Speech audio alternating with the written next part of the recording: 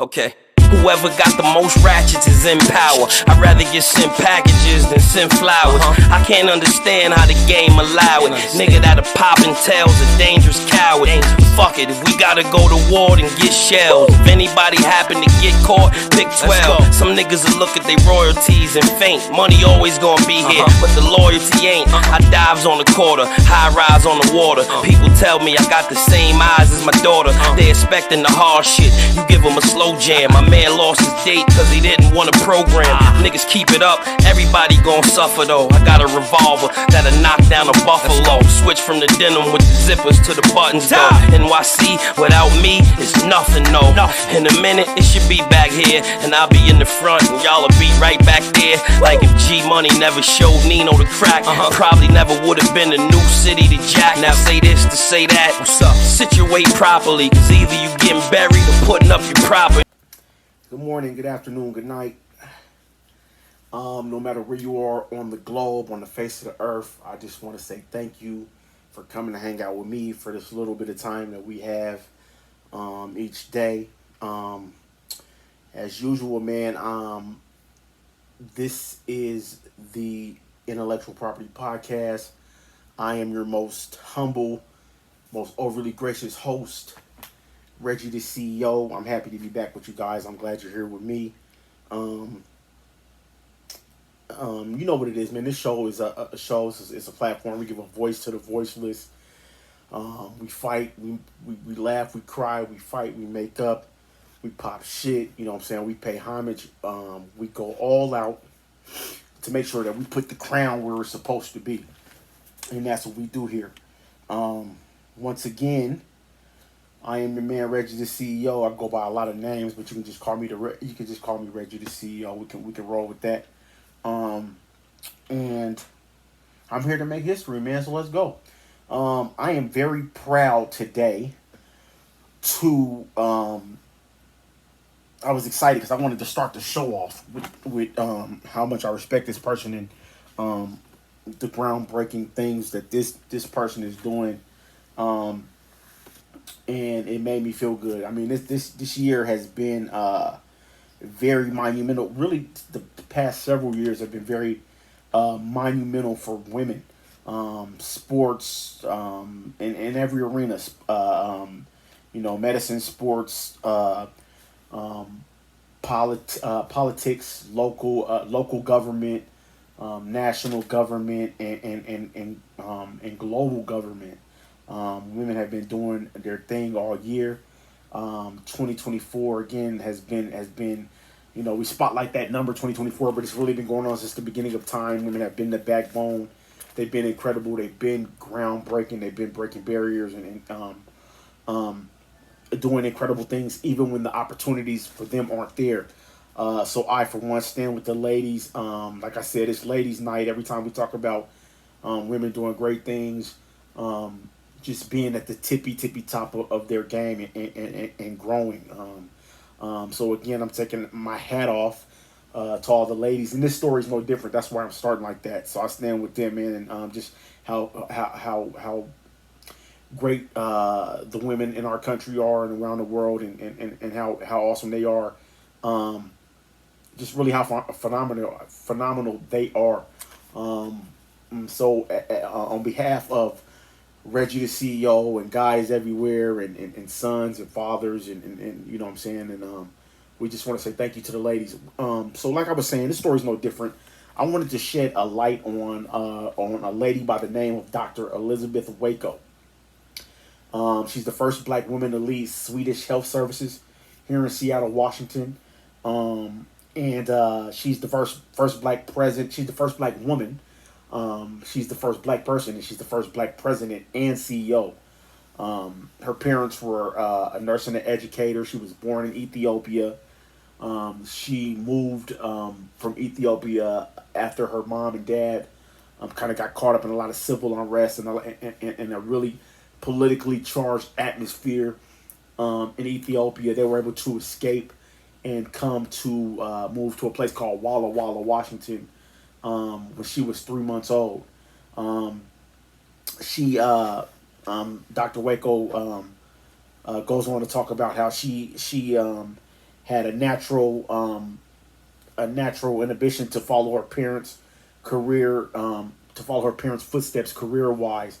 Mom was a nurse, and dad was a professor, or was a teacher who came here to get his master's. Was a professor rather who came from Ethiopia here to Washington on a green card to pursue his master's, in which he did. So, mom was incredible. She was a nurse. Dad was incredible. He was an educator. Um, she got her start, Dr. Waco, Dr. Elizabeth Waco. She got her start as a registered nurse for psychiatric patients. She then moved on to anesthesiology before then pursuing and earning her MBA, and moving to the business side of healthcare. Her parents came to America on a green card, like I said. Father, when he got here, ended up being a tenured professor at a college.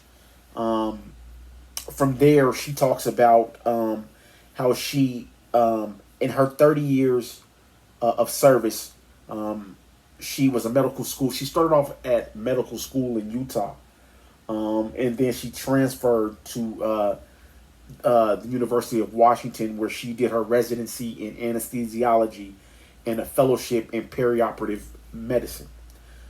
She later goes on to receive her MBA um, at University of Washington. She got a bachelor's of science in zoology there. That was another major that she had, and she had a minor in classics. I'm not really sure what classics is, but I'm assuming, and now that I see it, I took terrible notes. You guys know how I do sometimes. I'm not sure what a minor in classics is, but now I'm very interested in what a minor in classics is. I don't know if that's classic medicine. That's kind of all I could think about because she's in that field. Um, either way, I'll look that up later and I'll share it with you on another episode. Um, but yeah, man, Dr. Elizabeth Waco, first black woman to lead Swedish Health in its 113-year history. Since she joined the Swedish team in 2011, Dr. Waco has had numerous leadership roles, including chief medical examiner at the First Hill campus, which is its own separate building up like by downtown, between downtown and Broadway. She was also the chief medical examiner at that same campus, the First Hill campus, and she was the chief operating officer at the First Hill campus. So, just incredible accolades, just an incredible resume, and has done incredible things with the Swedish hospital team. The Swedish, it's the official name is the Swedish Health Services. It is a huge and storied hospital here in Seattle, Washington area, here in Washington State, in Seattle. It's very well known. Also, before I go on, she was the chief executive officer at the First Hill campus and the Cherry Hill campus, which is another separate building, separate campus, not far from the First Hill campus. But again, between uptown, between Broadway and downtown, kind of right in the middle as you're coming up from the water, going uptown, hitting Broadway and all that. It's right there. So this marks a series of firsts for this. The amazing thing is that her being appointed as president and CEO to the Swedish Health Services organization marks a series of firsts in its 113-year in this organization's 113-year history. Again, first woman, first African American to lead this organization. And the beautiful thing about this is what I would later go on to read and some of the characteristics that Dr. Rojas, he's on the Swedish Health Services Board of Trustees. which is kind of the board that oversees who comes and goes, the movers and shakers behind the day to day business side of Swedish Hospital. The board of trustees. I can't remember his first name, but I want to say Alexander. Don't quote me. I took terrible notes. Sorry. I'll have his name for you guys next time. But his name is Dr. Rojas, and he's on the Swedish Health Services Board of Trustees. And he was pointing out how her being a nurse and a physician and a woman of color and a wife and a mother of four, how this brings a unique perspective to medicine, to health, and how her being, again, all of these things, a woman of color, a wife, a mother of four, how it's critical, and her starting from the ground level, how her perspective is critical in shaping the future of healthcare. So I think this is great, man. And she says that she is really focused on mental health care, mental illnesses. Trying to get a better understanding, a better overall understanding of healthcare. Not only healthcare, but value-based healthcare. Healthcare where the populace, the bigger population, has opportunities to live healthy lives, and have access to health care and get the services that they need. So I think this is pretty cool, man. Women, man, ladies, man, guy doctors is great. Doctors are great, period. But I think women bring a different viewpoint to it. You know what I mean? They handle so much of our lives, like you said, moms and wives and women of whatever culture they're from. So they have a very unique perspective. So I'm excited about this, man. Under Dr. Elizabeth Waco, it actually started before her, so I can't give her all the credit on this. But now she's over it. So she's over a really big expansion, as far as construction wise, to the campus, to the Swedish Health Services team and the different campuses. There's a North Tower project and 2 additional buildings. The North Tower project itself adds 750 square feet to an already existing 1.5 million square foot building. So that's pretty cool. There's also going to be a new operating room with 24 a new operating facility with 24 new operating rooms and 72 ICU beds. And this is agreed upon by the staff that it will help expedite services, in-house services, right after people come out of surgery. They can go right across the hall or right upstairs, and then they can continue to that the transition from the operating table to recovery can go smoother because they have now all of these new ICU beds and they can fit more people. And again, in-house service is always better after surgery, I believe, than going home and like you get a surgery and they say, all right, and they wheel you out. And because I remember there was a time when I had surgery, and I say that because, and I'm gonna round back to what I was trying to say, but I remember there was a time when I was younger, I had a tumor. I had a tumor, and I had a tumor, and something else was going on. But so the tumor, I had to get the tumor taken out. It was in my head to kind of so you can follow along with the story. They had to take it out through my through a place called my sinuses. Now, up until then, I'm young, so I'm thinking sinuses is like something that you have. And they're like, oh, you got allergies, you got sinuses. Sinuses are actually a place right behind your nasal cavity, and around some other areas. I'm not a doctor. I'm not really a biologist and all of that good stuff. So I don't really know specifically where it's at, but I know it's right behind your nasal cavity because that's where they had to go to take my tumor out. So with that being said, I think I was 13 maybe at the time.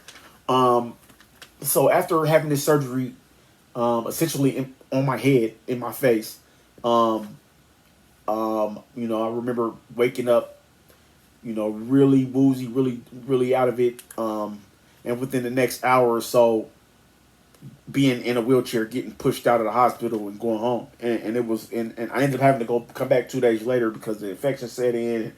And, it just wasn't, the healing wasn't going like it was supposed to. So anyway, I say that to say that, that what happened to me being wheeled out right after surgery is common practice in a lot of situations, and a lot of surgeries that the healthcare system doesn't deem worthy to stay in the hospital. A lot of these surgeries are divided into categories. One, you can go right home after the surgery, or two, it's kind of it's a process where you get the surgery, then you stay for a while, and then you go home.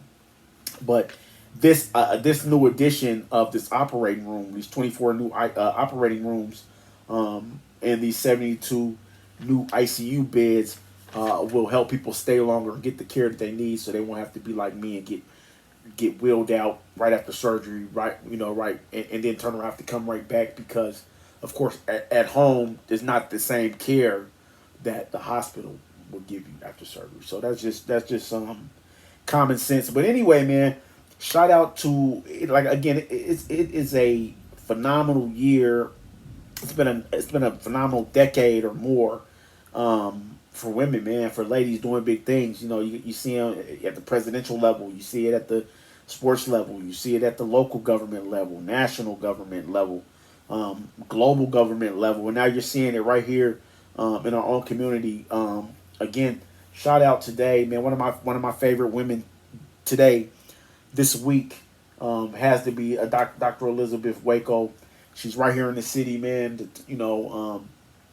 Shout out to Ethiopia because that's where she's from. Shout out to Washington State because that's what produced her. Utah, where she got her medical degree. University of Washington, where she furthered it and got a chance to do her residency in anesthesiology and then get her MBA. So she's just an incredible lady, and I take my hat off to her, man. It's funny because when I read this story, I told myself that the first chance I got, and I don't even know what this looks like, but but that's my word, man. On Reggie the CEO, straight out to you. It's a promise I'm making from Reggie the CEO to you guys out in intellectual property land. I'm going to try to get an interview with this Dr. Elizabeth Waco. I am really impressed. I'm really intrigued at her story, at how she's doing this, and I'm very curious and looking forward to her plan to help shape healthcare in the future. I think this is great. This is a story we're going to follow. We're going to check back in with this, and I'm going to let you know if it's yay or nay on the interview. She seems like a really busy person, but I think if she is who I think she is, I think we can try to find a way to get an interview with her, man. That'd be real special. That'd be a real treat for me and everybody out there in intellectual property land. So stay tuned to that. That's going to be everything that I thought it was, that we thought it was. Shout out to Dr. Elizabeth Waco, right up there, Swedish Health Services. And National Children's News, man. I know back to school is in full swing. We are in very pivotal times for our kids, really kids globally, but really kids across America, kids across the country. Back to school is really in full swing. It's really, and I say that tentatively because for some of us, school's only been in for 2 weeks, like my kids, but for other kids, it's been in for 3 or 4 weeks. Regardless of how long school's been in, or regardless of the school, like I said, our kids are facing a lot more in their environments every day, be it in their neighborhoods, the schools, and everything else. With social media and the tragedies in the schools with the shootings, our children that is are witnessing a lot of stuff firsthand and on TV, and it is kind of and then you mix that with everyday life of being a kid. You know what I mean? I think it's really again a pivotal time for our kids. It seemed like when I was growing up, we had less to worry about, even though it was the same kind of ills, societal ills, and You know, when I was young, cats got shot in school too. So I mean, and I'm 30 years removed from the incident that I'm talking about, but it's been going on for a while, and the drug epidemic in our neighborhoods going through whatever they went through, and broken homes, all that's been there. Um, but I feel like, and I could be wrong about this, but I feel like it's more on the forefront of kids now, and they're experiencing these things at a younger age. So it seems like, with the readiness, with the availability of media outlets and social media, they're privy to these things a little bit earlier, and their mind is being cluttered and clouded and showered with these things at an earlier time in their life. So I say that. I say that to say this. I think as grown-ups, as older adults, and people, that have experienced life a little bit, I think it's very important that we talk to our kids about anything and everything that they might be going through, or anything that might be on their mind. As being a kid is tough, and each year brings different challenges for kids, and young adults. I mean, when you're a kid and you're a young adult, and I say that, like, even right out of your high school years, your young 20s, so I say kids and young adults because these are very uncertain times for you guys. I've been there once. I know how uncertain it was for me. I know how confused I was about a lot of different things. I was very lucky. I was very blessed. I made a lot of mistakes as a young adult and as a kid, but it wasn't for lack of knowing. I was very blessed. God put a great father around me, who would mind snuffing me if I messed up, who always tried to guide me in the right direction, never ever told me to do the wrong thing, always told me that whatever I do, my dad always told me, whatever I do, I don't care what it is, whether you doing dirt or you sweeping the street, you're a street sweeper, be the best at it. Now, I took that the way I wanted to take it, and everything I did, I tried to be the best at it, be that good or bad. But I say that in a way to say that, I had role models around me, women and men, but strong men, and men who weren't so strong.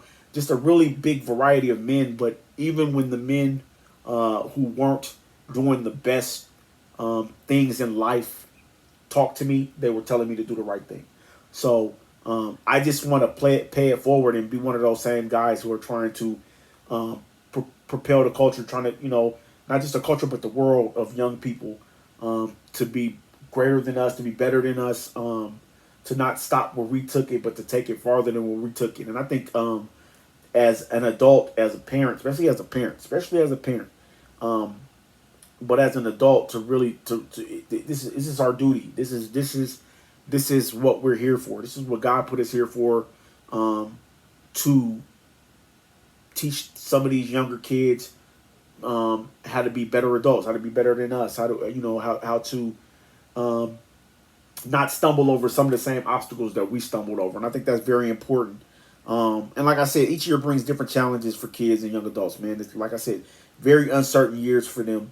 But yeah, as parents and people who live longer and have experienced, different things, we can offer suggestions, and it's imperative that we do that.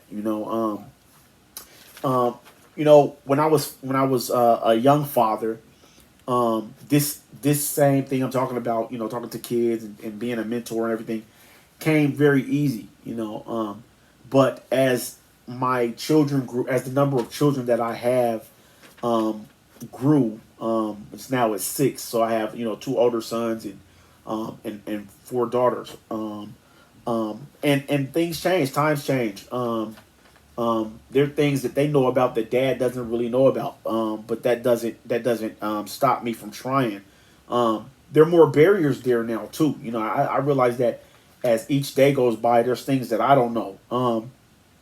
But just like me, I'm sure there's a lot of you guys out there, who've come across these barriers. One of the main barriers that I think we come across as educators and mentors and adults and parents, and as leaders of our communities, barriers, things like not knowing how to talk to your child. Like I said, I used to struggle with that. I struggled with that later on, as I got older and my kids got younger. And again, I started off with boys too, so it was a much easier conversation to have about a lot of things, or it was much easier for me. It seems like then than it is now. And again, I got a long way to go. My youngest daughter's just 5, and my oldest daughter's 14. And it's really, if you know teenage girls, you know that you are in a lose-lose battle if you're a dad or a mom, especially if you're a dad. So with that being said, I just came up with a few pointers that I'm trying to use to help me get better. So one, I try to be an active listener, man. I try to, not. I think as parents, we can, we hear our kids talk about things, but when we listen to them, we listen to them from a place of, okay, now I can't wait to talk. I can't wait to rebut your statement. I can't wait to give you a rebuttal. And it's not a right or wrong thing. You just have to. I think it's very important. And like I said, man, I'll be the first one to stand up and say I am so guilty of all these, and that's why I took the time out to to kind of make this list, because again, I'm just trying to get better at it too. And so being an active listener, you know what I mean? Knowing how to shut the hell up and listen to what your kid has to say is a big thing. Try to understand their perspective. This is another one I struggle with, because sometimes my kids come to me and they say something, or they tell me a story where something happened involving them that makes no sense, absolutely whatsoever. And you just, in your mind, you're just like, babe, where's your common sense at on this one? But I have two answers to this. One thing's for sure, two things for certain.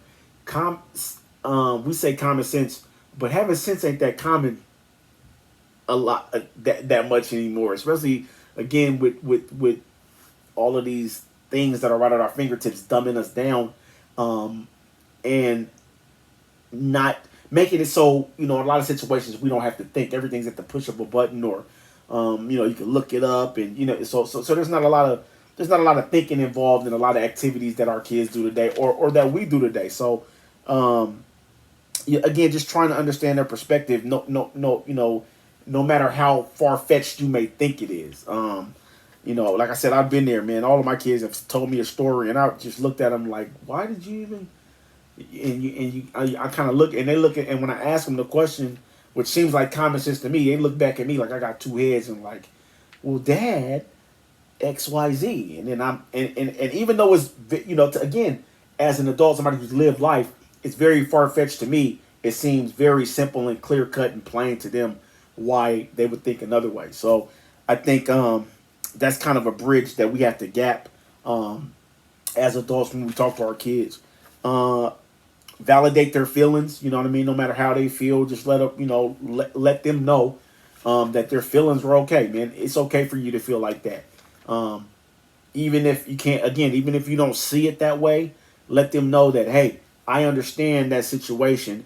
Or even though I may not understand that situation, I can understand how you could feel that way. So again, validate young people's feelings, man, when you're talking to them.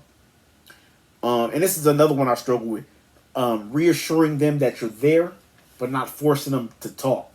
Like, for me, my oldest daughter, she'll start a story and get flustered and just stop and just like, you don't understand, and go off on another tangent about how I don't understand, again, how it's common sense to her, but you wouldn't understand, and that whole thing. And I think boys and girls and young adults alike are like this. You know what I mean? I think that when they get into these, when you're having these conversations with them, they feel like you wouldn't possibly understand, like they're the only ones who've ever been through said situation in life. And sometimes that's not true, and it's hard to be like, all right, it's hard to not be like, man, I know what you mean, I've been there, I did that. Sometimes they don't want you to say that. They just want you to reassure them that you're there. and you can't force them to talk. That's another place that I was going, as far as how my daughter does. I don't force her to. I had to learn not to force her to talk. So reassure young people that you're there, but don't force them to talk. Ask, ask instead of tell them. And this is me and my little man, we had a blow up the other day. I won't even get too far into it. And I don't like to point fingers. Maybe it was partially my fault. Maybe it wasn't. But I have to learn how to ask instead of telling young people what to do. Now I know as a parent, as a provider, it's my house and this, that, and the third. But I think there's a fine line between, and I think we all walk it. Our parents walked it, our grandparents walked it. I think it's just I think sometimes it's just a fine line just because of the age gap. But sometimes we can be like, this is my house. This is you do what I say, or not even from a parent, not even necessarily from a parent kid perspective. I mean, just when you're dealing with young kids, when you're dealing with boys and girls and young adults, you can get more out of them, and I think they'll listen to you more if you ask them. And of course, this isn't straight across. This isn't linear, right? Because in some situations, I'm going to tell you what you should be doing, right? Because I love you and I care and I know, and in certain situations, I'm not going to bend or flex on because I know this is what you should be doing. But I think I'm speaking across a more general kind of thing, a kind of a general conversation or general back and forth. And I think you can get more out of young adults by asking them to do something instead of telling them what to do. Next, when you disagree with them, and this is a tricky one too, because this depends on the user, right? This depends on the person, and it could possibly depend on the kid that you're talking to as well. When you have a disagreement with a young adult, with a boy or girl, with kids, students, I find it helpful to use you, I, and we statements, right? Like if for instance, it was a kid who used to tell me, and he was very close to my heart, very close to my heart. He would say all kinds of wild things, not because he was trying to for the shock value, not because that's how he felt about certain things, and a lot of times our views would be so far apart, and I'd be like, man, what the are you talking about? But I have to understand. The first couple of times that I took that approach, it ended up in a push pull kind of thing, and the common message that I was trying to get across to the young kid, was kind of getting lost in the fact that we didn't agree and we were on such far ends of the spectrum. But I was able to circumvent this because I had to learn how to talk ish. You know what I mean? Kids are different. Every kid is different. But with this specific kid, he's my little man. I love him to death. When he would say things that kind of I disagree with, I would ask him, but man, why? And I would be very inclusive. You know what I mean? Let him know that I was on his team and he was on mine. And I would say stuff like, hey man, you and I don't think like that. Why would we do that? That's beneath us. So I would use these we statements, these statements that were inclusive, so he would see that I can identify with him and he can identify with me. There is no big I, little you. Instead, this is a team effort, and we're both learning how to work at this thing, at this disagreement. We're both approaching it together as opposed to approaching it two different ways on two different ends of the spectrum where we would clash. So really just talking and trying to have, again, that inclusiveness, that this is a conundrum that we're both trying to get through together, that we're both trying to figure out together. I think that goes a long way too. Last but not least, man,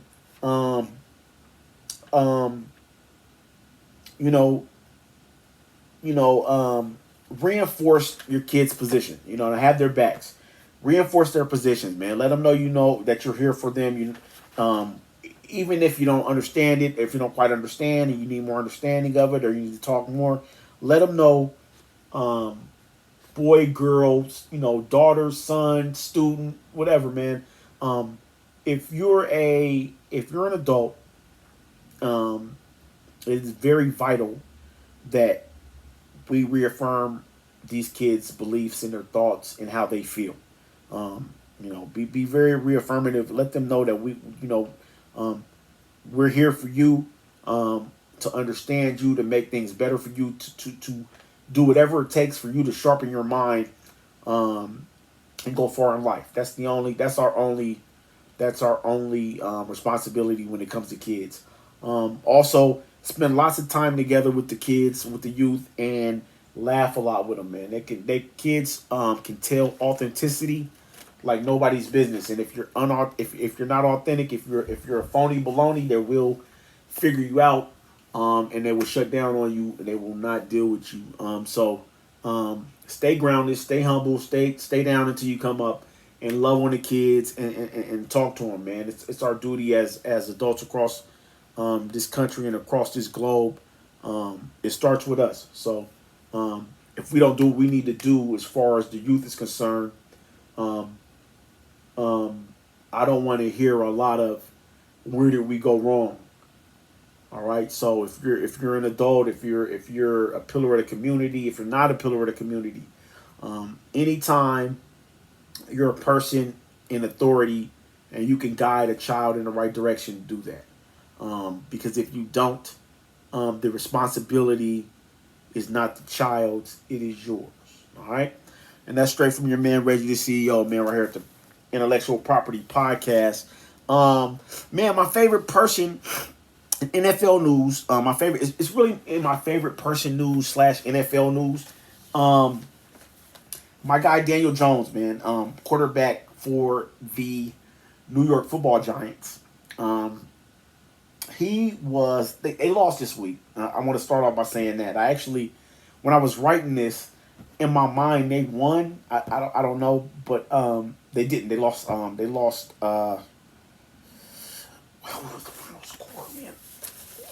Since I'm on it, they lost. It was a close game. They played the Commanders. They were up at 18-15 at one point. I think they lost maybe 21-18 or something like that. The game was very close. But my man, Daniel Jones, of the New York Football Giants, last week, versus Minnesota, he went for 186 yards, no touchdowns. He threw 2 interceptions, and his quarterback rating, I think, was maybe 44% or something. This week, I don't know why I keep saying year. I must be anxious to get the year over with or something. But anyway, this week, week 2, he did much better. He had 178 yards passing, 2 touchdowns. Again, they still lost.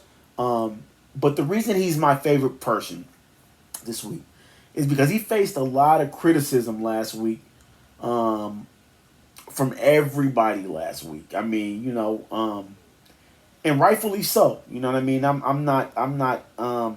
Rightfully so. He played very poorly. He played real poor last week. But even before last week, he was the talk of New York. He was the talk of New York media. He was the talk of NFL critics. He was, everybody. Nobody liked Daniel Jones. You know what I mean? I remember the organization was talking about trading him early, and we talked about it. We talked about this on the last show, and how they were really talking about as soon as he messes up, he's out. They're bringing in Mac Jones, and they really didn't give him a chance. You know what I mean? They've been dragging his name through the dirt. He took a lot of heat because they paid him instead of the all-star running back Saquon Barkley, who's now in Philadelphia. And he just took a lot of heat, man. And, the NFL stands for not for long. You know what I mean? They love you today, they hate you tomorrow.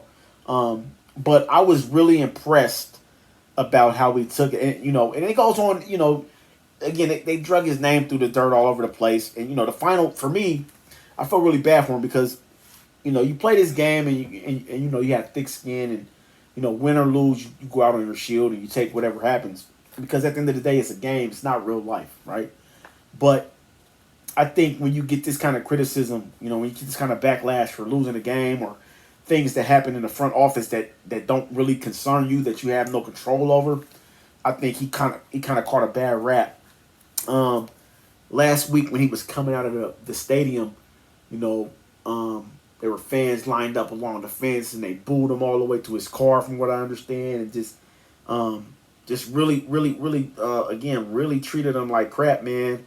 Um, and that's the kind of thing that really puts a damper on your quarterback mentality, and can really lead to your play or your attitude or um, your thoughts about the fans or the city or the team.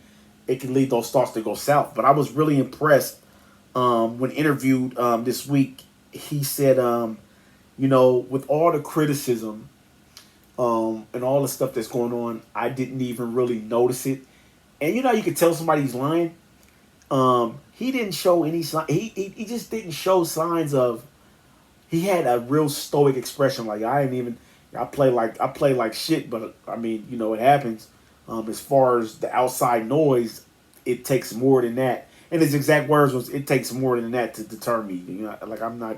That doesn't bother me. I've been doing this for a long time, and I really liked his mentality on that. Because that mentality doesn't exist in a lot of people anymore. I love that kind of mentality. I've also embraced that mentality myself, and I just love that when faced with this kind of uh, adversity, he stood up and said this. So with that being said, um, again, he played great, man, and he played great. He was actually one of the only ones out there on offense moving the ball around. He showed a lot of signs of being alive. He's got a great wide receiver core who stood up to help him out. The offensive line for the Giants held up for him. So you were actually able to see his attributes, the things that made New York sign him in the first place. Things were starting to happen for him. I'm happy for him. Again, this is just another sign for me. When your back's against the wall, man, things happen. You know what I mean? Like I said, the organization, the critics, and the fans were very disenfranchised with him last week. They hated him last week. It was good to see them cheer him, even though they lost. Um, he put a lot more smiles on some people's faces up in New York. Now they still lost, and I'm sure he was railroaded in New York media in some places, but the stories I've read about him after that game have been pretty positive. So I'm just glad that things are looking up for him. Um, Now, in the same story, let's switch it to Monday Night Football. Right? This is I'm gonna bridge this gap here, so you're gonna see where I'm going. Saquon Barkley. We're gonna move to Monday Night Football. Saquon Barkley and former New York Giants running back, and presumably the person whose money Daniel Jones was given, dropped a big pass at the end of the game that could have given the Eagles the go ahead to beat the Falcons. But instead, the Falcons, Saquon Barkley, who's an awesome player himself, dropped the pass, and the Falcons subsequently beat the Eagles 21 to 22, 22 to 21. Um, this story, it's only relevant in it's relevant if you're a football purist, if you're a football fan, NFL fan, because of the dichotomy that is Daniel Jones and Saquon Barkley, right? They Daniel Jones being the quarterback that's still in New York, that's being booed by everybody, and Saquon Barkley, whose money was given to Daniel Jones, who's now moved on, and has been an explosive back for the Philadelphia Eagles. So I just feel like this is kind of a sweet revenge kind of thing. And I say that, like I said, man, because Daniel Jones took all that. He took all that slack. He took a lot of slack. And he had a good. Bottom line, he took a lot of slack. He ate it. Pause. He he took it. He put the team on his shoulder. He played better, and the guy that they lost, that they were we're kind of nailing him to the coffin with Saquon Barkley has not so great a game. He had a great game. He just had a big drop that cost him the game. So I just feel like for Daniel Jones, for all that he's taken, all the criticism that he's taken in the last week or two, this is kind of his time to say, okay, well, it's kind of his time to say, to kind of breathe. You know what I mean? So I'm not calling favorites right now. You know, the Giants or the Eagles, neither one of them is my team. Like I said, I'm just a person who can appreciate the dichotomy between these two players and the slump that one player was in, and how it has to feel good to kind of start going upward and getting out of that slump. So shout out to Saquon Barkley, who balled his ass off. Matter of fact, he had 22 carries, 95, just under 100 yards, 95 yards, 4 receptions. Apparently would have been 5 if he caught the last one, but it wasn't, so they lost the game. He averaged 4.3 yards a carry. So he played a great game. Shout out to him. I'm sure him and the Eagles will do big things. That remains to be seen. And shout out to Daniel Jones, like I said, who threw for 2 touchdowns and 178 yards. But also came up short versus Washington, the Commanders. And this story, before I move on, this story adds another element in a division where nobody knows what's going on. The Cowboys just lost 44-19 to the Saints. Derek Carr and them guys went absolutely crazy. It's got a lot of people questioning the money Dak just got. Even though Dak's not the reason they lost this game. But anyway, I digress. We'll talk about them later. And a young Commanders team with Jaden Daniels. What he'll do. He's a rookie, but what he'll do at the quarterback position and who he'll be. So I think all of these this whole dichotomy between Saquon Barkley and Daniel Jones, and them both losing, and the Cowboys losing, and the Commanders actually being the only winning team in that division, it makes this NFC East story, this division, this whole story about what's going to happen there this year, it makes it a little more interesting. So that's all it was, man. Well, moving forward, there is a young lady, an American ballet dancer by the name of Michaela. A couple of weeks ago, I think last week. In fact, you know what? She never made the story. She never made the episode. But while we're here, let's shine some light on a young lady named Michaela DePrince. She's an American ballet dancer of Sierra Leonean descent. And she passed away suddenly at the young age of 29. She is in the nationally renowned Boston Ballet. She was in the Dutch National Ballet, and she was also the youngest person to ever join and be a part of the Dance Theater of Harlem. She has a bunch of short films. She has a bunch of short films. She's in a couple films. She's in a film called A Selection of Portraits, where she's the female lead dancer. That came out in 2017. She is in a movie called First Position about ballet dancers in 2011. She was in a show called Coppelia. I'm hoping it's Coppelia, not Coppelia. It's spelled Coppelia. I'm thinking it's Coppelia. That came out in 2021. She was in Brandi Carlile's video, The Joke, which came out in 2018. She was in a play called Gisela, Belle of the Ballet. Gisela, Belle of the Ballet in 2015. And I think most notably, she was in Beyonce's musical movie kind of thing called Lemonade in 2016. So you guys might know her from that. Again, man, she was an awesome. They said she was an awesome ballet. She was a very good dancer. Um, she took the ballet to new heights. And I think now there's a couple different parts to this story, and I'm not too familiar with this person, but there's a couple of different parts to this story that I wanted to express. So she died on September 10th. Um, no one found out about it until the 13th or something. I think that's when it was posted. So not even 24 hours after this was posted about Michaela the Prince, her adoptive mother, Elaine the Prince, died suddenly. Um, they say that they want to be real clear that these two deaths had absolutely nothing to do with each other. Um, Elena the Prince passed away. Um,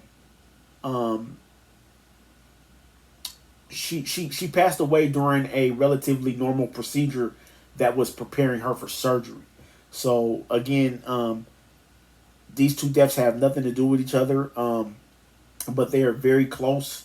And one and some friends of the family say that Elena actually didn't even know about Michaela's passing when she passed. They were in two separate places, um, which is and she says that because she says that Elena the Prince, the adoptive mother, and we'll get to that part in a second, had already lost three kids of her own, and she says the friend also goes on to say that maybe this was God's way of uh, saving her heart from the knowledge of having lost a fourth child. So just kind of trying to look for the silver lining in this. In this, I think what the friend was trying to do, that makes sense. I mean, they were both two great people.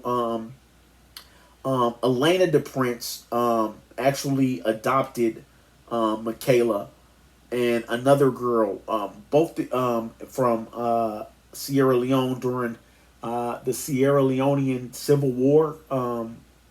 She was 29, so I'm thinking 29 years ago, sometime 20 years ago, something of that magnitude, something of that timeline. Um, so Michaela's real name before she was adopted is Mabinti Bangura. Bangura, Bangura, Mabinti Bangura. There was also, and I think this story is pretty awesome because um, when the adoptive mom Elena, the Prince, went to an adoption kind of an agency or a place where they had to orphanage in Sierra Leone, she said, "Hey, I want Mabinti," but the nurses said, "Okay, well, which Mabinti do you want?" Because there were two Mabintis there. It was Michaela and another girl. They were both named Mabinti. So the awesome thing about this is that Elena the Prince adopted both girls, um, and who she named Mia and Michaela, and brought them both back to the States and got them both involved in a lot of different things that they wouldn't have normally had a chance to be involved in. So I think this lady was amazing. Um, both of these both of these ladies were amazing. Elena for Elena the Prince for going and adopting those guys and giving them a chance to do great things in a place where in a place where they might not have had the chance to be um, and experience the things that they've had a chance to experience. And Michaela for actually coming and being this great ballet, this great young lady who was great at ballet, who got a chance to showcase who she was to the world before she was taken from us at such a young age. So again, Michaela the Prince, American ballet dancer, awesome lady, um, um, the pride of Sierra Leone has to be, she has to be, passes away way too young, at the age of 29, and her mother, her adopted mother, Elena the Prince, dies almost 24 hours after she does. So, um, Our hearts really go out to this family, their friends, the family of these guys, the body of work that Michaela left. Um, just truly thank her for her time here, um, and what she was able to give us. Um, the body of work, again, the body of work that she was able to give us, and everybody she touched, and the countless little girls who will see her films and see her ballet moves and see the things she's done and take ballet to to even greater heights, to even newer heights than she did. So shout out to ballet, shout out to ballet all over the world. I don't know much about it. My daughters wanted to, one of my daughters wanted to do it at one time. I think she might have gave up on it at now, but but on any note, again, Michaela the Prince gone too soon. Her mom gone way too soon as well. Both of these ladies will be missed. Thank you, ladies, for everything that you guys gave. Not just the world of ballet, but the world period. And that's from Reggie, the CEO, right here at the Intellectual Property Podcast. Man, you guys are awesome. And National Passages, another story that that kind of knocked me back a little bit.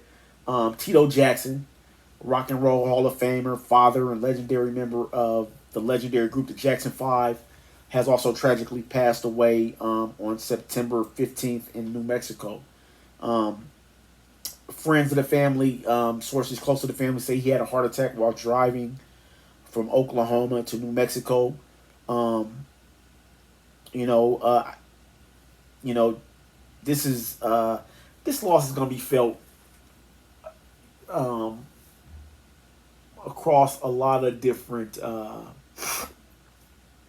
groups. You know what I mean? Anybody who listened to the Jackson 5, they turned the world on its ear in the 50s and 60s and 70s, or the 60s and 70s, with songs like I Want You Back and ABC and I'll Be There, and just countless songs that would be recreated throughout the years, but none of them that would sound like when they sung it. So Tito Jackson, man, I believe he was the oldest brother. He passed away at the age of 70. He is preceded in death by his father, Joe Jackson, who died in 2018 at the age of 89, and his little brother, Michael Jackson, who died in 2009. This family is timeless. There's not a lot of words to be said other than he will be missed. And we want to thank him. At least I want to thank him on behalf of the Intellectual Property Podcast, everybody out there in IP land, and Reggie the CEO, me personally, because I personally listen to his music. My parents listen to his music. His voice was always somewhere in the fabric of my childhood. His voice will forever be etched. His and his brother's voices will forever be etched in the soundtrack of my youth. Even though I came a little bit after the time they was popping, I still was alive when they dropped 2300 Jackson Street and some of the newer projects they did in the 80s and 90s. But what can I say, man? The Jackson family is timeless. We love them. We'll always remember, we want to send our hearts out to his family, friends. We'll always remember the body of work that he left. Catalog is outrageous, is huge. And all the people that he touched, man. And shout out to his three sons, too, man. They got a little group called 3T. I can't remember their names, but they all start with a T. They also took to Twitter or X or whatever it is to leave a heartfelt message, to send them a heartfelt message. And I think it was a pretty good message. I read it earlier, and they signed it, "Your Boys." You know what I mean? So shout out to them, man. You know, you guys, father was phenomenal. He was doing big things. A lot of people don't know he had an album out called Tito Time in 2016. It kind of flew under the radar because, I mean, I think the album, I'm not really familiar with the album, but with that album, it was a blues album. I know about it. I didn't hear too many tracks off of it. But he's a Jackson, man. You know, their musical legacy speaks volumes, and it speaks for itself. So if you get a chance to check it out, and you know you're feeling like you missed Tito, go back and grab some of those old albums, or go get Tito time, man. You know. Anyway, Tito Jackson gone at the age of 80. Gone at the age of 70. Going to join his dad and his brother. So he's in good company, man. We miss you. We love you. You're a king. Rest in peace. Rest in paradise, man. Rest in paradise. Thank you for everything you gave us. Thank you for the songs that you are a part of, and all the hearts that you touched, man. We appreciate you. A little birdie. Moving on to NBA news. Let's do that, man. A little birdie told me today, flew on my windowsill, and he said that Jimmy Butler, all-star guard, man, and just all around future first ballot Hall of Famer, floor general, game changer, playoff Jimmy buckets, whatever you want to call him. Jimmy Butler may be going to the Golden State Warriors. Apparently, as of this morning, which is Tuesday the 17th of September, the Golden State Warriors are reportedly very interested in Jimmy Butler. They really want him. And there have been talks that a proposed blockbuster trade is in the works. There's not a lot of information on this story. At least not published information. I'm pretty sure that they're still working out the kinks, if this is going to happen at all. But really, I believe that this will be nothing short of amazing. Again, like I said, man, Jimmy Butler, you already know what he's done throughout his years. Averages 18.3, 5.3 rebounds, 4.3 assists. Like I said, future first ballot Hall of Famer. When you guys already know what he does in the playoffs. That title has eluded him, but it's not because of him. You know what I mean? He would be a great addition to any team. I guess my only question would be, who would they trade for him? And I guess they pay the guys in the office the big bucks to figure that kind of stuff out. But I'm just thinking about Jimmy Butler, Steph Curry, Buddy Hield, Jonathan Kuminga, Draymond Green, if he's still there, Kyle Anderson, Andrew Wiggins, and DeAnthony Melton. You know what I mean? Gary Payton Jr., Lester Quinones. I don't know. There's so many names. You got your core guys, your Draymonds and your Steps and guys who are going to be there, like Andrew Wiggins and Kyle Anderson. But you kind of wonder who would they trade. But I think he would be a heck of an addition to that Golden State Warriors team, who actually missed the playoffs altogether last year. So we're gonna keep our eye on that and see where that goes, man. I'm sure if that happens, we'll know about it. So let's move on to college football news, man. There weren't a lot of upsets in college football. There were some losses that really looked bad, but there weren't a lot of upsets. Well, in Division II football, but we're not going to talk about that today because we don't have time, and I didn't write it in the show. But there were a few upsets in Division II football.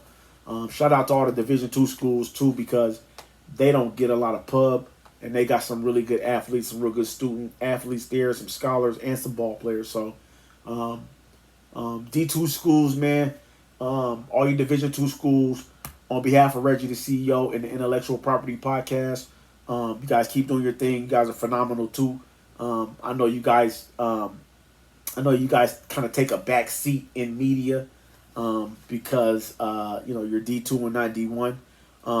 But in the future, I'm going to try to be one of the guys that make sure that you guys get the spotlight too. Because I think that all collegiate athletes everywhere, all student athletes are phenomenal. And I think that they should all be spotted equally across the board. So that's just my take on it. But moving forward, we'll just go down the list. Man. Texas beat UTSA 56-7. In that game, the star quarterback Quinn Ewers of Texas left the game early with I think he had an abdominal tear or strained abdominal. A lot of people don't know how rough that is, especially when everything that you do as a quarterback comes from your core. So I think that could be really tough. But so he left early in the game. One of the highlights of this though was the young boy Arch Manning. You guys know Peyton Manning, and is his dad named Arch too? No, it's not. It's Peyton and the other Manning, it's the brother. So it's one of those guys' kids, I believe.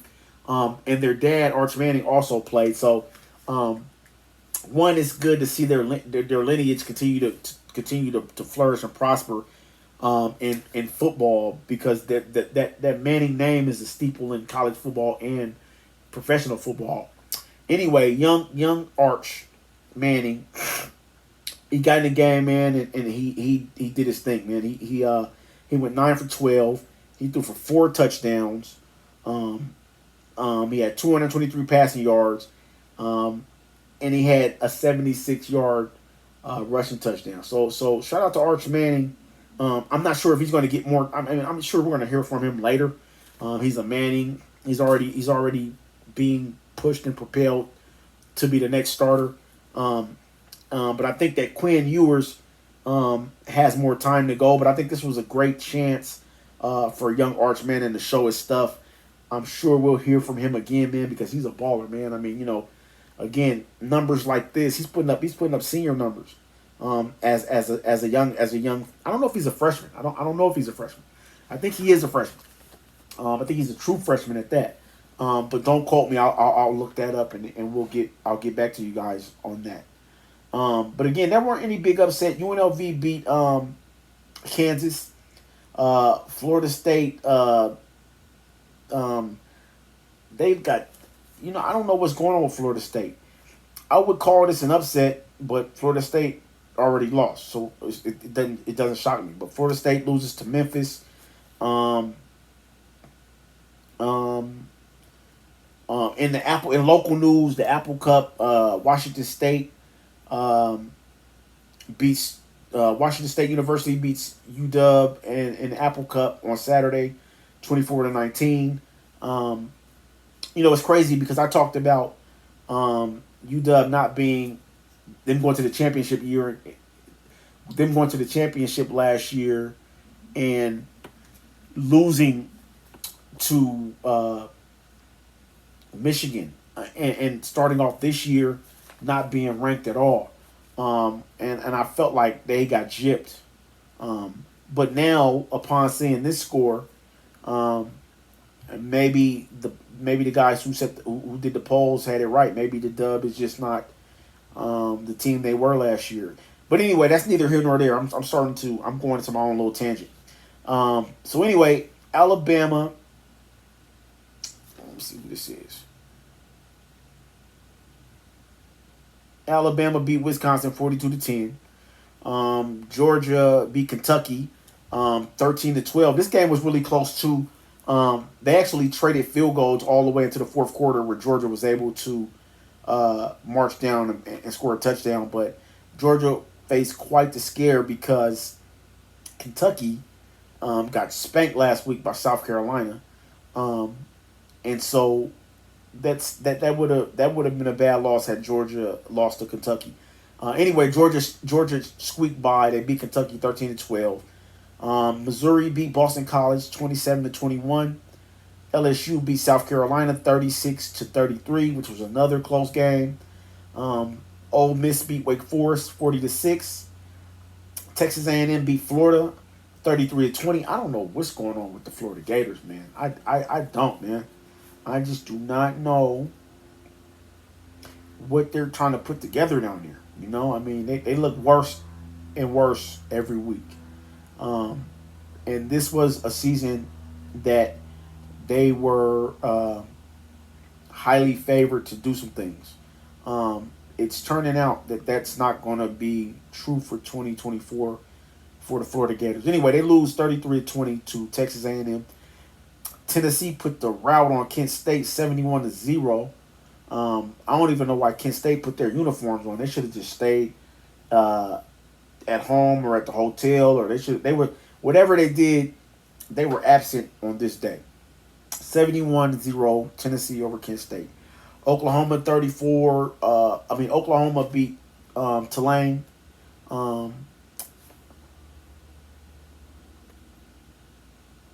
Is that Tulane or Tulsa? I think that might be Tulane. If I'm wrong, Oklahoma beat Tulane or Tulsa. You know what? I'm going to look it up now because I can't be jeopardizing the integrity of the show. I'm pretty sure it's Tulsa, man. But you know what? I'm gonna say Oklahoma beats Tulsa 34-19. If I'm wrong, I'll make a correction on it next on tomorrow's episode. Going right on down the line, Utah beat Utah State easily. Oklahoma State beat. Okay, I'm doubling back. Oklahoma beat Tulane 34-19 because Oklahoma State played Tulsa, and Oklahoma State beat Tulsa. Arkansas beat UAB 37-27. Auburn beat New Mexico 45-19. So again, man, not really a really a big shakeup in college football. The usual suspects pulled it out like they do. Three more games that I wanted to spotlight before we moved on. Michigan won. Miami beat Ball State 62-0, and Deion Sanders and the Colorado Buffaloes beat their rival Colorado State University. There was a lot of talk that, and we talked about it last episode, but there was a lot of talk that, and a lot of people said they were just blowing smoke, and I kind of, I was trying to be as objective as possible, as a journalist, as somebody sitting in this seat, looking at the cup as half full and half empty and playing the devil's advocate. There was a lot of talk that if Deion Sanders didn't rally his boys and they didn't beat the rival, the crosstown rival, Colorado State, that there would have been some backlash or some whispers and maybe Deion might have been on the chopping block. Of course, now that's neither here nor there because Deion and those guys won. So shout out to Colorado Buffaloes for doing what they had to do and making things work. And yeah, man, that does it. That does it for college football. The college football wrap up, man. I'm looking forward to week 3. There's sure to be some more big storylines and things to follow. So I'm looking forward to that. Man, let's move on to what we're really thirsty for. NFL news, right? NFL news was crazy, man. The NFL was crazy this week. I had a ball watching it, just like always.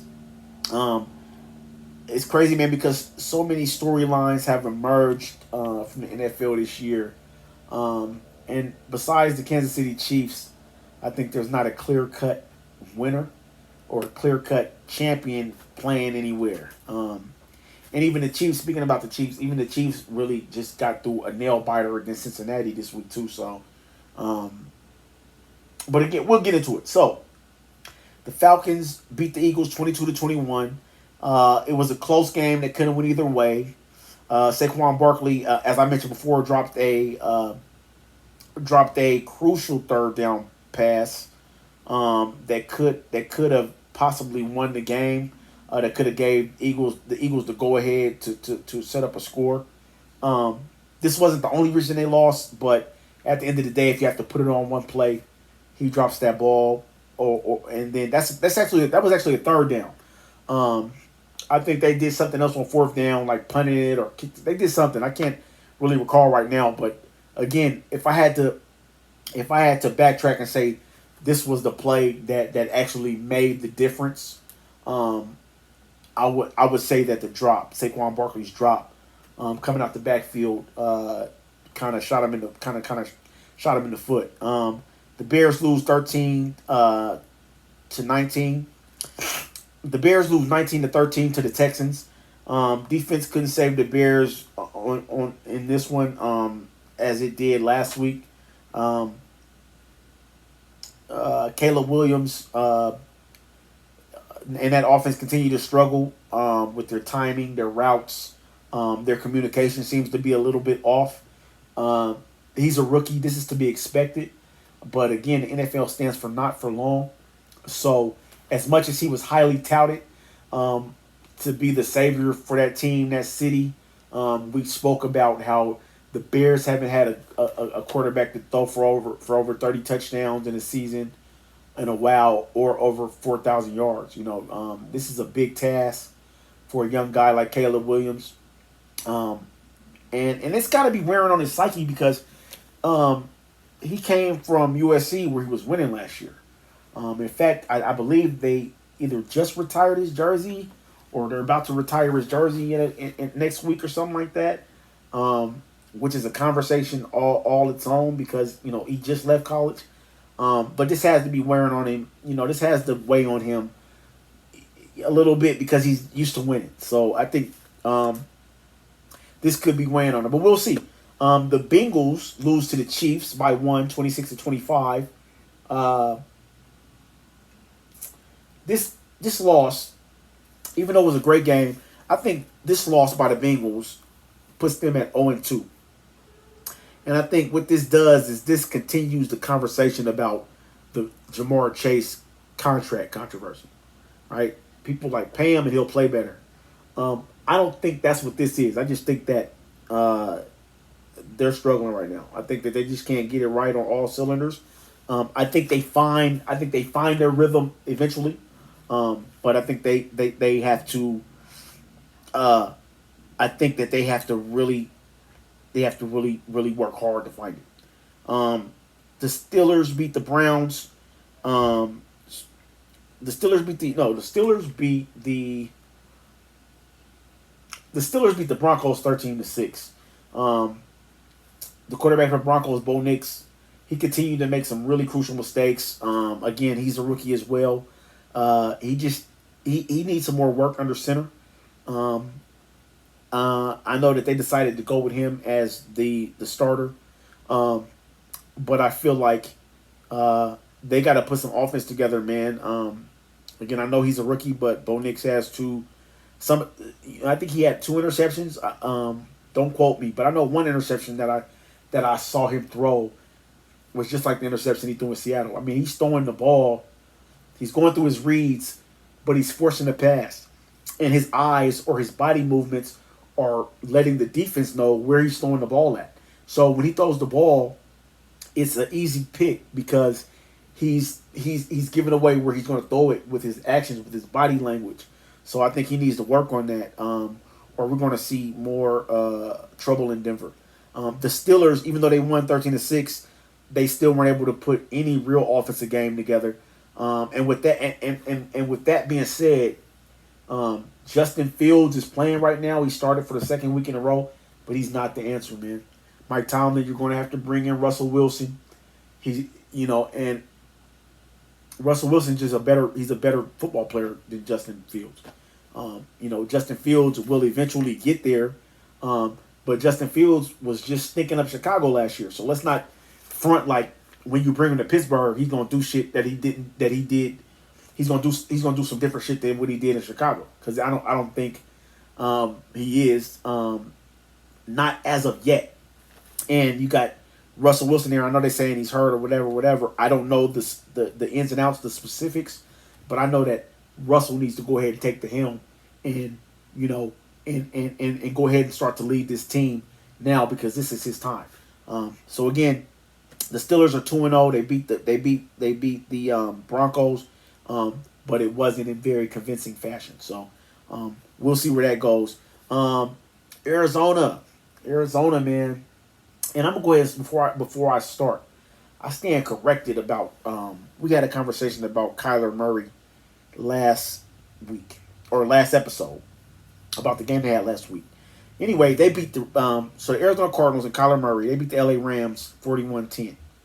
After that game, Kyler Murray's jersey was sent to the Pro Football Hall of Fame in Canton, Ohio, because during this game he became only the second QB in NFL history to record 250 plus passing yards, 50 plus rushing yards, and maintain a perfect quarterback passer rating of 158.3.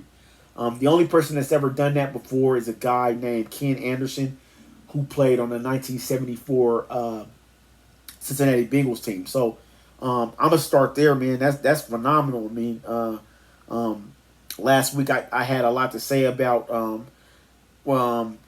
I had a lot to say about his stature, and I questioned whether he was tall enough to see over those big linemen.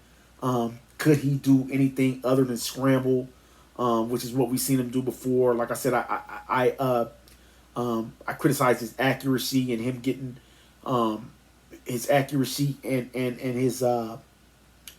his continuity in getting the ball to where it needed to be. I stand corrected. Not for the whole season, but I stand corrected this week because he went out there and played like a man possessed. He was able to get the ball get the ball and move the ball around. Not only with his feet like he usually does, but he was able to find the number one rookie wide receiver, Marvin Harrison Jr., who he wasn't able to find last week at all. He found him a couple of times this game. 2 of those times resulted in a touchdown. So shout out to him. Shout out to Kyler Murray for not only proving the naysayers wrong, but proving me wrong, because I don't have a problem being proved wrong. For proving me wrong this week. And shout out to Marvin Harrison Jr. for finally getting in the end zone and giving the Arizona Cardinals fans a chance to see who you're going to become for their franchise. Like I said, there was no question in my mind what he was going to do once he got into the groove. His dad was phenomenal. I expect him to be as equally as phenomenal, not only as his dad was, but as he was last year at Ohio State. I mean, he was like 7-11. He was open all the time. I feel like he's going to be somebody that's going to be tough to stop this year. So shout out to the Arizona Cardinals who beat the LA Rams 41-10. Shout out to Kyler Murray. His jersey is now in the Hall of Fame for what he did. And shout out to Marvin Harrison Jr. for having the game that he had. This next game, man, Raiders-Ravens. The Raiders beat the Ravens 26-23. This was shocking to a lot of people. But again, it's any given Sunday, man. You know what I mean? You're on a high, and then, again, the NFL stands for not for long. You're on that high, and then somebody dethrones you. That's the purity of the game. That's how the game is played, and that's what makes the game so exciting. In this game, Lamar Jackson and Derrick Henry showed up big time. They did their thing, period, point blank. But the Raiders look very, very hungry, very resilient, and I love the mentality that they had with Gardner Minshew and that whole Raiders ball club. And the mentality I'm talking about is them just going, and facing a team of this magnitude and going on a big knockdown, drag out fight with this heavyweight, and being resilient enough to stay the course. And they really, one thing that you don't really see in the Raiders a lot that you saw in this game, they play like they believed in each other. When things got tough, when their back was on the ropes, when their back was against the wall, they gelled. They came together like a cohesive unit, and they believed in each other. And that's why they were able to get the victory. Period, point blank. They were able to pull this victory out because they looked hungry, they acted hungry, they were resilient, and they had this mentality like, listen, we know who you guys are, but not on my watch. It's not finna happen today. It's not finna happen right here, right now. And I can respect that. That's I can respect it because it's a great attitude to have as a team. To have your core guys thinking like that and playing with each other like that and respecting and really just coming together, like I said, like a cohesive unit like that. That's amazing to see in this time of prima donnas and individuals on these teams. So it's great to see a team come together and put the egos aside and come together and play this hard in a game this big. Again, the Raiders 26, the Ravens 23. The Ravens start the season out 0-2, which is a surprise to a lot of people. The Buccaneers beat the Detroit Lions 20-16. Really, they just, they managed the Buccaneers. This is kind of a close game. The Buccaneers managed to beat a red-hot Detroit Lions team.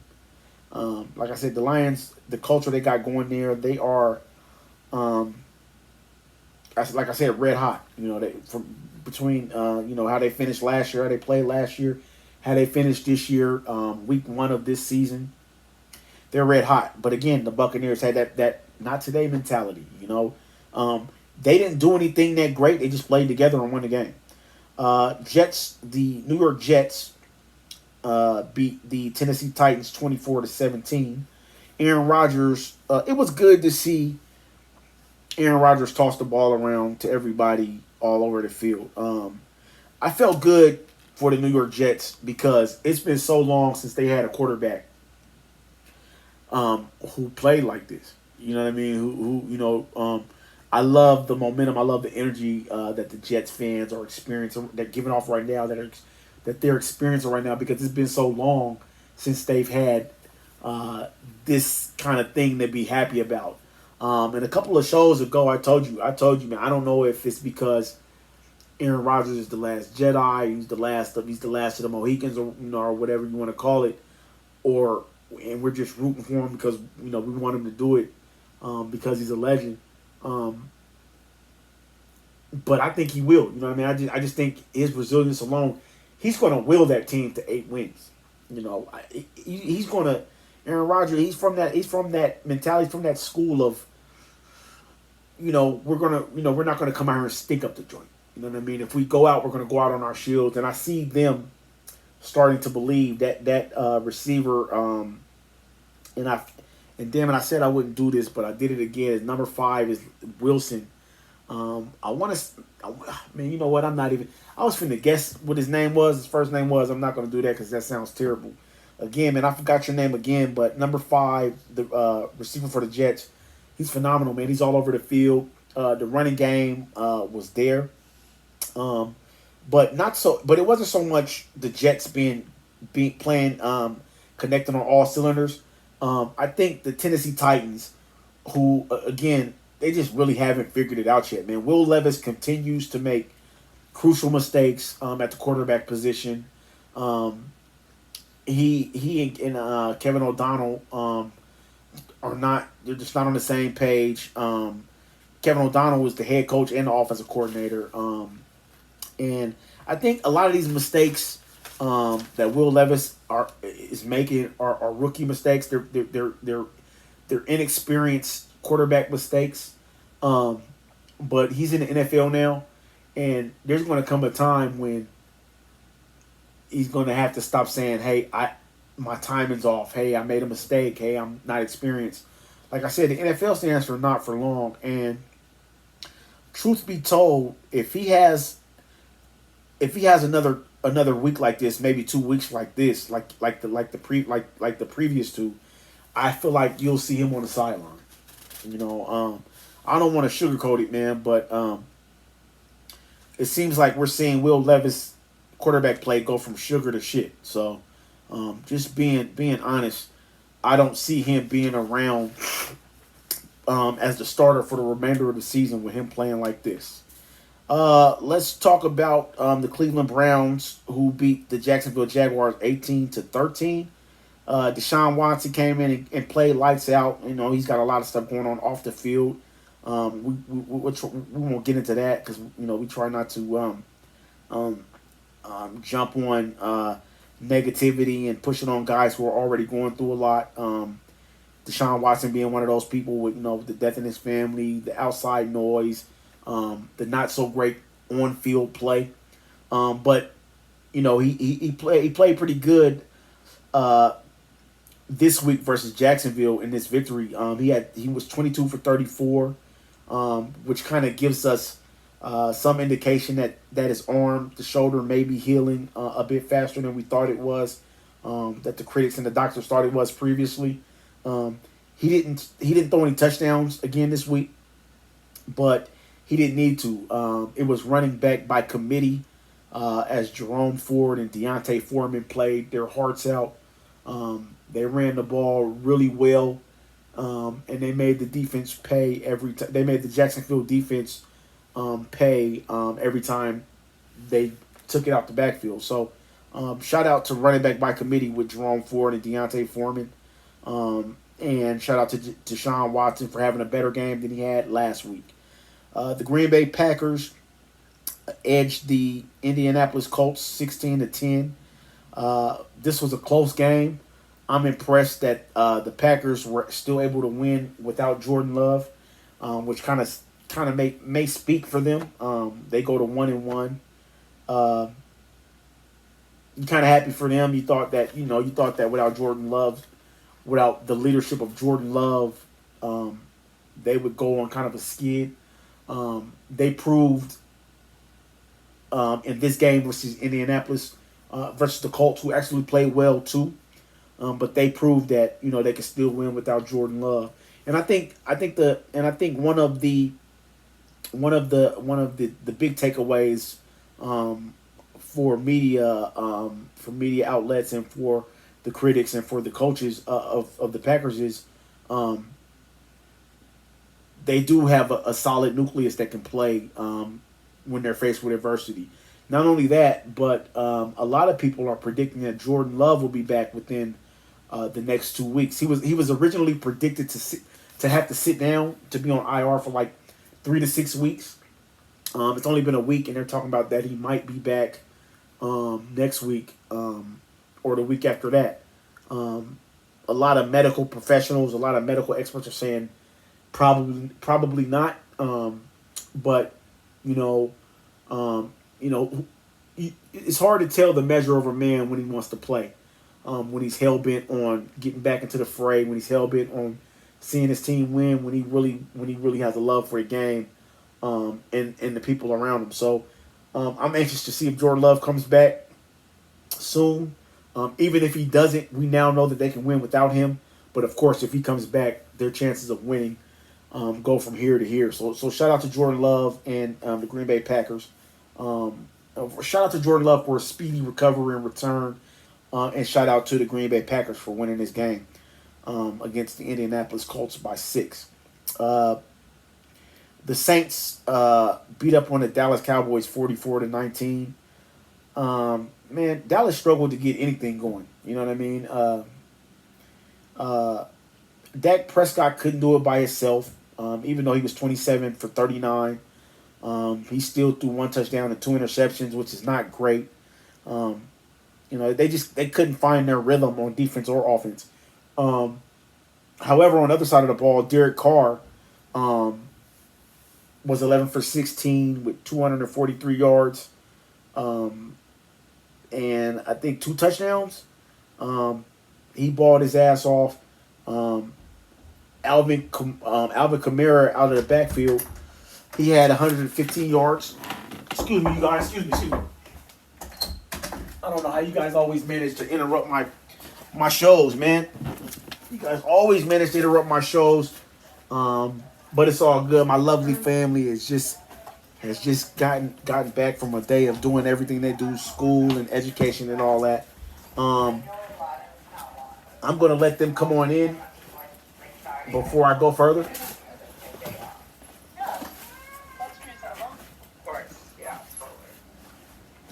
I got one of the most. That's my beautiful wife. I'm keep her on the low. I got one of the most beautiful wives in the world. That's Mrs. CEO. Hey, baby. And you know how we do. We straight raw. So that's staying in the show. It's not going nowhere. You guys got the glimpse, man, of the queen. And a couple of my little princesses coming in. But anyway, to move further, 44-19. Like I said, man, Dallas struggled to get anything going. Dak Prescott couldn't do it by himself. Like I said, it was hard for them to do. And you know what else? I also stand corrected because Derek Carr, before the season started, I wasn't sure that the Saints could put anything together. I stand corrected on this, man. They play like a team possessed. Derek Carr, again, 11 for 16, passing, 243 yards and 2 touchdowns. Alvin Kamara had 3 touchdowns out the backfield by himself, and he rushed for 115 yards. It just ended up being a really good day for the Saints and a really bad day for the Cowboys. Moving on, the LA Chargers beat the Carolina Panthers 26-3. There's no surprise here. Harbaugh is balling out, and the Panthers can't do anything right. So that's just that. The Washington Commanders lose to the New York Giants. Hey, babe, love, can you tell her to be quiet, please? I'm almost done with this. Tell her to be quiet. Anyway, the Washington Commanders lose to the New York Giants, 21-18. Derrick Jones, the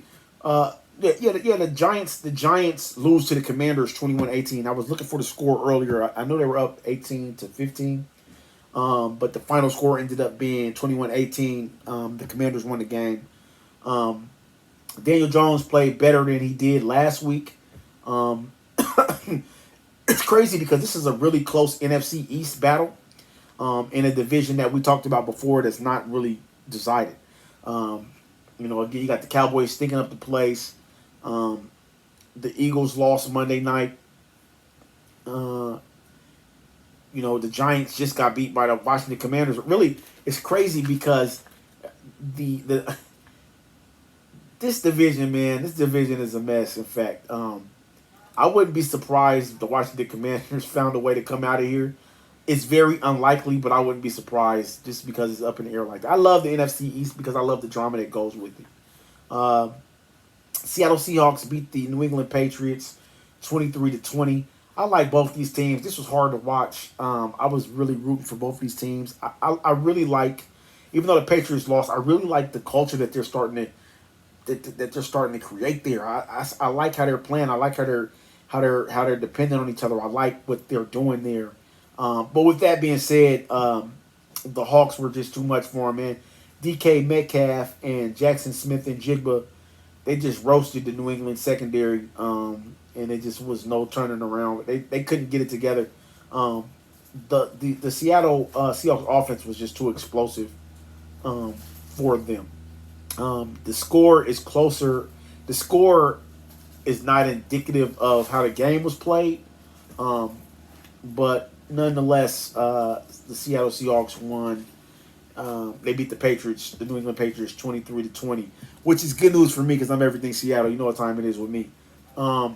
Sam Darnold and the Minnesota Vikings played lights out against the San Francisco 49ers, a game in which Minnesota beat the defending NFC champion 49ers 23-17. And Thursday night, we watched the Bills dismantle the Dolphins down in Miami 31-10. With the story, the bigger storyline besides the loss in the game that they should have won. Miami, I'm talking about. They lost their starting quarterback Tua Tagovailoa. Tua Tagovailoa. I'm gonna get that right because that sounds. I struggle with that all the time. I don't say his name nearly enough as I should, or nearly as much as I should. But Tua Tagovailoa.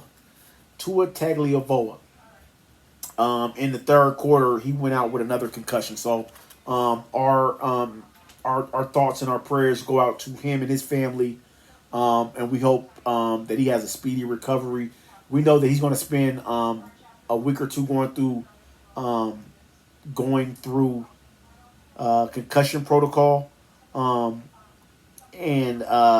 from there they say that his family, his friends, and his doctors and medical professionals and people in a small circle will decide if and when he's ready to return. So again, on behalf of Reggie, the CEO, and everybody here at the Intellectual Property Podcast, and everybody out there in IP land, we just hope Tua Tagovailoa has a speedy recovery. Um, um, and everything works out for him and everything he loves and his family, and just things go as planned for him. In WNBA news, man, uh, two of the top teams in the Western Conference will play tonight. We got the Las Vegas Aces are in town to play my Seattle Storm at 7 p.m. tonight. The Aces, who are 25-13, will play the Storm, who are 24-14, really pretty much identical records. They'll play them tonight at 7.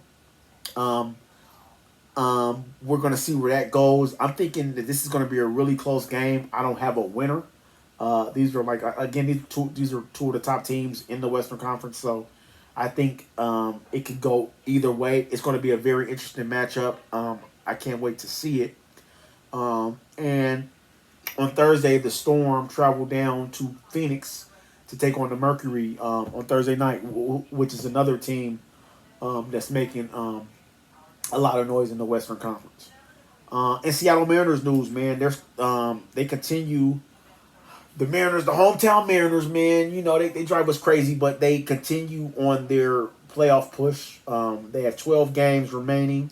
The offense has looked pretty good, man. Again, they keep us on the edge of our seats, but the offense has been one of the better looking offenses in the league in the past month.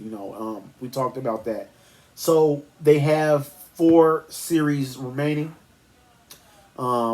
So they have 3 games against each. So they have 3 games against the Yankees, which begins tonight at 6:40 at T-Mobile Park downtown. They got 3 against the Rangers, 3 against the Astros, and 3 against the Oakland Athletics.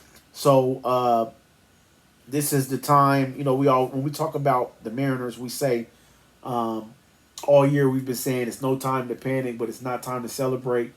Last episode we told you that it's getting close to panic time, but it's also maybe getting close to celebration time. So if they finish out strong, the percentage, the chance that they make the playoffs is very high. So you know what it is with us, man. Go Mariners, go Seattle, go everything Seattle. We're going to continue to watch you. If we hope that you guys can continue to give us something to watch. Okay. So that's my spiel on the Seattle Mariners. We love you. Do your thing. Last but not least, an international tragedy. In Lebanon today, 1,000 people. In Lebanon today, 1,000 people were injured and 2 people were killed. In a series of explosions that were detonated via pager. This underscores the level of violence that goes on in this region and different places around the world. This happened this morning. I haven't been able to find too many facts or what I can confirm as facts in this story. There's still a lot of things that I believe that international authorities are trying to sort out. But one thing we know for sure is that our hearts and prayers go out to anybody in Lebanon and beyond that is affected by this senseless act of violence today. We love you, we care about you, and we stand by you on behalf of Reggie the CEO and everybody here at the Intellectual Property Podcast, man. Again, we just pray for peace. We pray for people to be able to live with the knowledge that they can raise their families and they can be happy and they don't have to live in fear of terror, of senseless acts of carnage, of just different things that derail the progress of humanity. Again, man, this is a very, very pivotal time in our nation, but not only our nation, but globally. And again, man, we gotta. It's imperative that we get off that peanut butter and jelly shit and start coming together to have some real conversations conversations that make a difference, and start to heal. Um, not to go too far into it, but the loss of lives, the loss of lives in any way, shape, or fashion isn't okay. Um, and again, we here at the Intellectual Property Podcast, we love you, man. We care about everybody. We care about all you guys, and we stand by those affected by this senseless act, this senseless tragedy, this senseless act of violence, and we hope things get better. With that being said, before I go, I want you guys to know, by changing nothing, nothing changes. All right? Take this with you, and think about it, and whatever you're doing tonight, by changing nothing, nothing changes. All right? Good morning, good afternoon, good night. No matter where you are on this globe, on this earth, I just want to say thank you for hanging out with me for this little bit of time.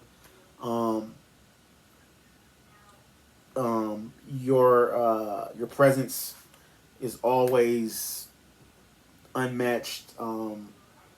There's no equivalent to you guys coming to join me, and I'm so thankful that you guys hung out with me for a little bit of time today. Again, man, it's nice to be important, but it's more important to be nice. Doubt kills dreams faster than fear. And it's always funny until somebody gets hurt. And then it's fucking hilarious, man. Once again, it's another host of the Intellectual Property Podcast. I'm your host, Reggie, the CEO. Thanks for hanging out with me, man. I'm going to see you guys tomorrow.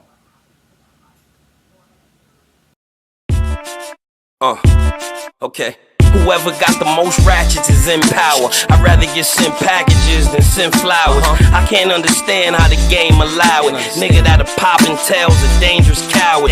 Fuck it, if we gotta go to war, then get shells. If anybody happen to get caught, pick 12. Some niggas will look at their royalties and faint. Money always gonna be here, but the loyalty ain't. I dives on the quarter, high rise on the water. People tell me I got the same eyes as my daughter. They expecting the hard shit, you give them a slow jam. My man lost his date cause he didn't want a program.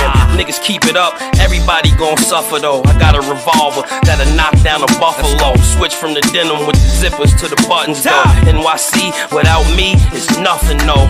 In a minute it should be back here, and I'll be in the front and y'all'll be right back there. Like if G Money never showed Nino the crack, probably never would've been a new city to jack. Now say this to say that, what's up? Situate properly, cause either you getting buried or putting up